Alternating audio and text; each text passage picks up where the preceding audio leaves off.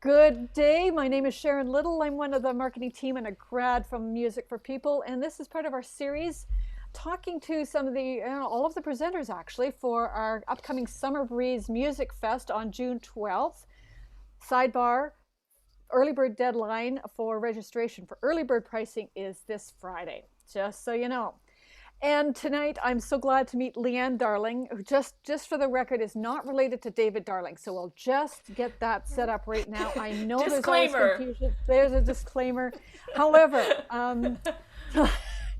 it must. And Leanne is in level 3 right now, the MLP, and she'll be graduating this year. She's had a circuitous route through the program. It's fantastic. She's gotten through it.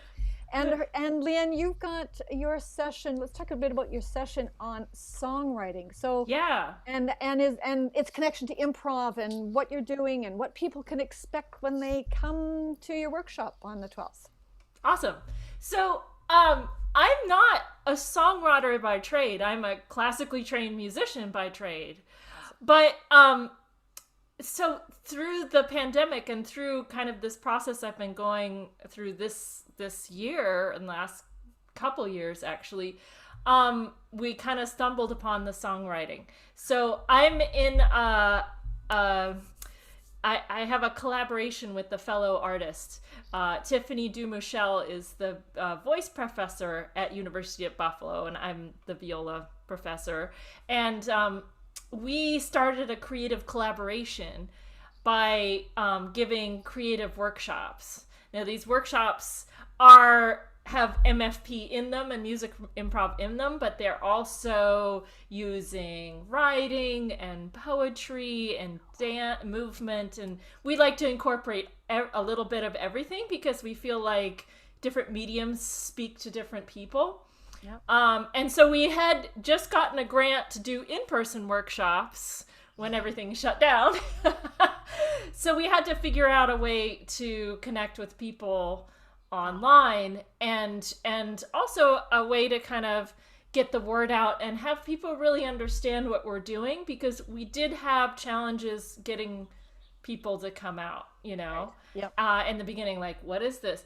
Our it's in sort of an arts collaboratory. It's called EXCEL is the acronym, and it's Expression, Creativity, Experimental Learning Laboratory. Oh wow. Okay. Great. Yeah. Ah. And we're super excited. We're going to continue giving workshops. So we wanted to find a medium that spoke to people. And we had been also working together on Zoom with a couple of other colleagues of mine who live in the Midwest in Wisconsin and Michigan.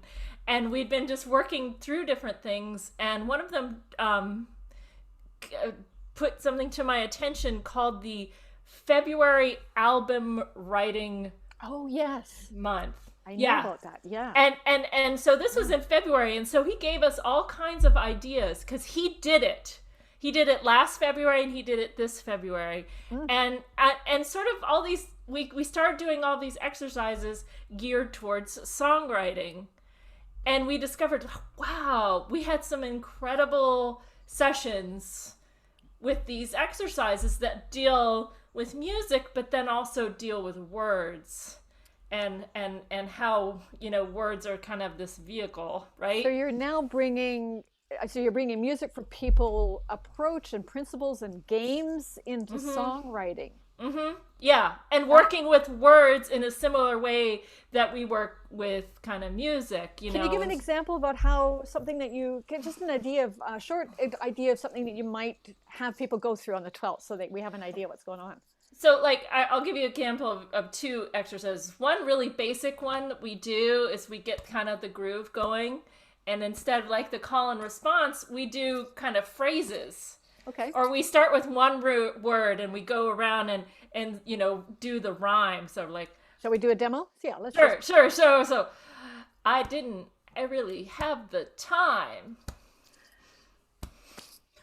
to find my hairbrush and a dime that's right in line with everything that rhymes. That's right on time. See, I mean, just stuff like this. Yeah. Working with words just off the top of your head. Yep. That's one. Another is one of my favorites, kind of further along. It's called grab bag. Okay. So it works really well with like 3 or 4 people. All right. And what it is you create everything around the song without creating the song. So you come up with a noun and an adjective and a band name, very important. Critical. And a genre. Okay? Okay. So, right. And what we did is we did it in the chat. So one person was assigned one thing, and we all went 1, 2, 3, and we put it all in the chat at the same time. And so we had these 4 words, and then there's our song. Right. Okay. So like you have a noun like tree, or an adjective, blooming, and then your band name is the Blooming Squirrels. Yeah. Yeah. And the genre is Funk. Funk. Okay. Yeah. So, a funky song by this squirrel band about flowering trees. There you go. Boom. Right. And just go. And it's kind of amazing what comes up. That sounds hilarious. It's so fun. Like, it's like become my favorite thing. And do you do this now for yourself? Do you do some of these kind of just for yourself and your own? Because I imagine with many of us, and we're classically trained, so our hands. You're a string player, right? I'm a bass player, so our hands go in those particular formations and positions by training. Yeah. And I find with mine, we fall into patterns. We fall into groove. We fall into ruts. Yeah. And some of it's great, and sometimes you just want to get out of it. So it seems that this would be a really cool way for a day when you're feeling like, okay, I keep doing the same thing. Great. It's beautiful. And what if I have these, frothy, blooming squirrel band trees? Right? Yeah. It gets you out of here and more open to here.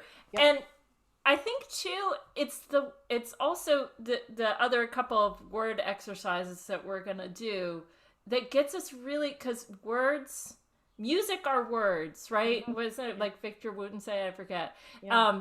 They're the same. Yeah. And so, like, sometimes for me, there's something that we with this session, I'm going to talk about the hook. It's a different way of talking about ostinato, but it maybe is a phrase. Right.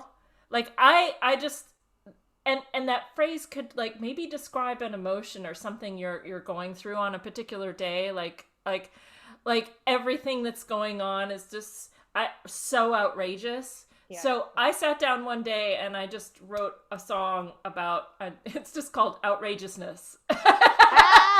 And the outrageousness informed the music, informed the topic, informed, and then I find that if I have that one hook, that then other things just kind of start tumbling out. One of the things that my brain does is like I get a couple ideas and then 50,000 more ideas start going. And I was a school teacher, so it's like, how else can we do this? And and how crazy can we get? And let's see if I can get the principal down here to So when we could take the same thing and you could add something. Okay, if it's going to be funk, someone is responsible for the groove or the salsa. Right. Someone is now responsible for the groove. You could almost do it through Collab Lab. Yeah. Right? Or through Bandcamp and create there. I'm thinking also, you could even pulling random words out of the dictionary. Open it, bang. Yeah. And there are all different kinds of ways that, because I know some people would just get stuck at kind of thinking a word. Yeah. But or you could pick, your angel card. Or... Here's the opposite approach, which is think of a word and then free write Yeah. describing that word, but not saying it. Mm-hmm. So say your Okay. word is tree. Thick roots extending to the sky. Yeah. Like Yeah. Yeah. then your kind of mind gets into this sort of metaphor kind of place. Right. And oh my gosh, that's so inspiring to be like, like we write this down and then we pick a phrase. And one of these, this is their favorite thing. These workshops, we had our participants pick a phrase of what they were describing, Yeah. and choose that phrase to be the beginnings of a song as And so well. that could actually, I mean, how many different ways could we play around with that? You could have everybody with their pages. You could create a poem and create the music from there. You create, you know, holy Yeah, crap. and Yeah. This, that kind, this, because I've yeah, done this, I did this in my class, and I'm so glad to see some, people pull these things out and do them with adults.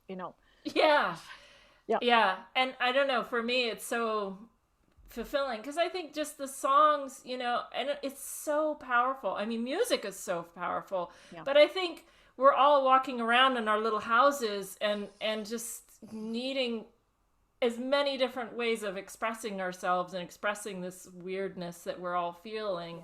Yeah. And I found it so helpful and so much fun. Yeah. Oh my gosh. I can see it in your face. I can hear it. I mean, we can just. And just it's just now become a new part. And then Another thing. yeah. And then with the workshop too that I've done, we have then put it on like a sound trap or a band lab. And let me tell you some of the things, because we did mostly young people, like high school and college age. I was just thinking that, it's a phenomenal resource for music teachers, who are who Yeah, are, dealing with what they're dealing with. because everybody's intimidated by just making music, but nobody seems to be nearly as intimidated by making a song. Right. Yeah.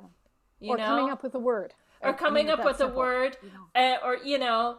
or or also we had them relate to like a song that they loved Right. and There's so have many used possibilities, Leanne. that I have mean, this is yeah. So So this sounds like this sounds great. Listen, before as we kind of wrap up here, I want you've been with ML Music for People for a long time. What would you say to someone who's a little nervous about coming? What is Music for People been for you? And how, what's the impact it's had so far, and how you and who you are, and how you make music, how you teach, how you because people hear what we're doing, we're not really quite sure, but our stories tell everything. yeah, So what's your short story about Music for People, and how it's I impacted your life? I started playing music when I was 5 years old. It was super fun, and then my eyes were open to the expressiveness of music when I was about 12, and I played the Barber Adagio for strings, and the conductor told me how meaningful it was for him. And then I started to understand what emotion was in music. And I went through 2 degrees in music school and, many years of intensive study. But I always felt like there was something missing. There was something missing in my musical life that nothing was touched upon. And different teachers, I went to Europe for a year and I came back and I sort of found it there, but not really. And then it was sort of like that aha moment where I just sat down and the drummer said, play something Middle Eastern. And I'm like, and then he started drumming and he started looking at me like, yeah. And then I started playing and I'm like, wow, this sounds pretty good. It's kind of a journey into the unknown a little bit. Yeah. But it's that missing element, and that has then become my whole world. And it forever changed the way I think about music as an expressive art, to not be afraid to express myself and to be able to share that and to be able to help others express themselves. And it can start like just with like play something that sounds Middle Eastern. Fake it Right. till you make it. You know, just like Try some, you have you three just notes. try, you know, Yeah, yeah. And yeah. It just the connection is so wonderful and powerful and fun. You know, it's like you don't have to think too hard. You just can, and I just did it. You know, I didn't have to think, oh, it's this interval and this and this, and you know, you don't think about it in little bits. You just think, oh, I'm just gonna make this sound this way. Boom, there it and is. for those of us who have for those who have no musical experience, it's a different kind of entry in. It's like, well, I don't know anything, so let's just go.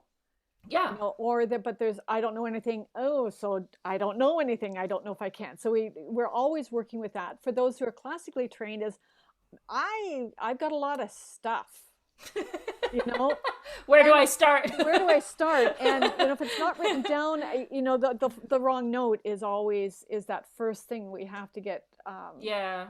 to and we constantly, that goes away pretty quickly.